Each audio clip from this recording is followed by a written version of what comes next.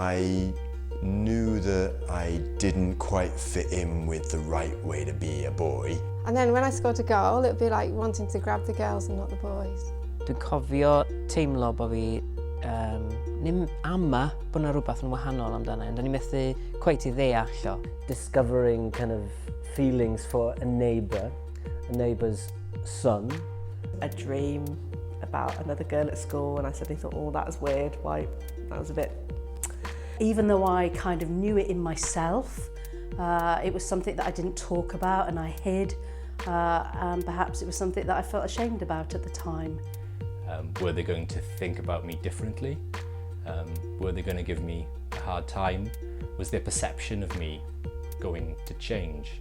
And there was no one to talk to about it, or at least to my knowledge, there wasn't anybody to talk to about it. People used to throw ice pops at me on the school bus. I was bullied a little bit about kind of being effeminate or being, creative.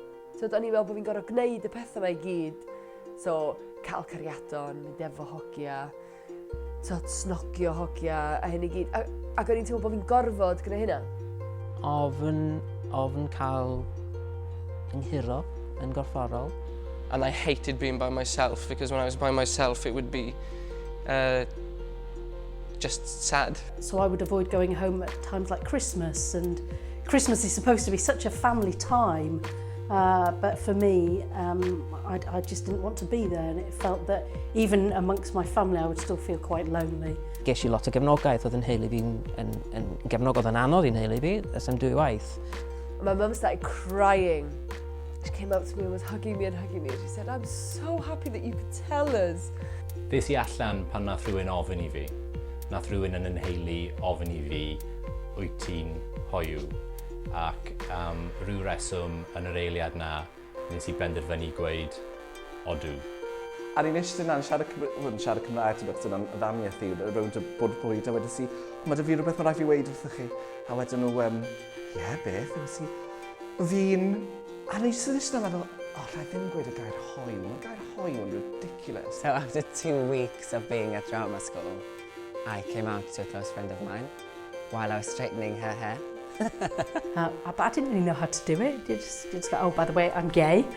I actually might be a real lesbian now because I've actually had my first relationship, my first proper one. And so I thought, I can't really hide from this anymore. And if I want this to be a real relationship, then I need the people who love me to accept that. If you can find ways to be strong and to ask for help when you need help, then people are out there to help you. Does yna neb arall yn dy ardal di, does yna neb arall yn dy ysgol di, yn dall sut ydyn teimlo. Ond dŵt ti ddim ar ben dy hun. Try to find somebody who you trust and tell them, because it's going to help.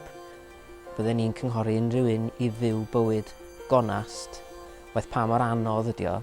And though your sexuality doesn't and mustn't define who you are in the world, it does inevitably define who we love in the world. The hardest thing to do is to face it yourself and to accept it. I've just had a really big gay wedding. Don't worry also if you don't fit into the new perfect patterns of what it is to be gay. There are places and spaces to be a bit different even from that.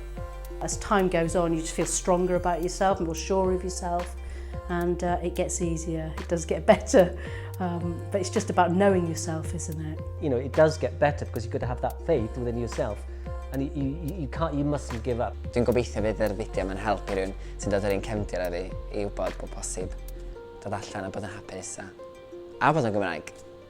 Byddwch yn hoiw yn Gymraeg, mae eisiau mwy ohono ni.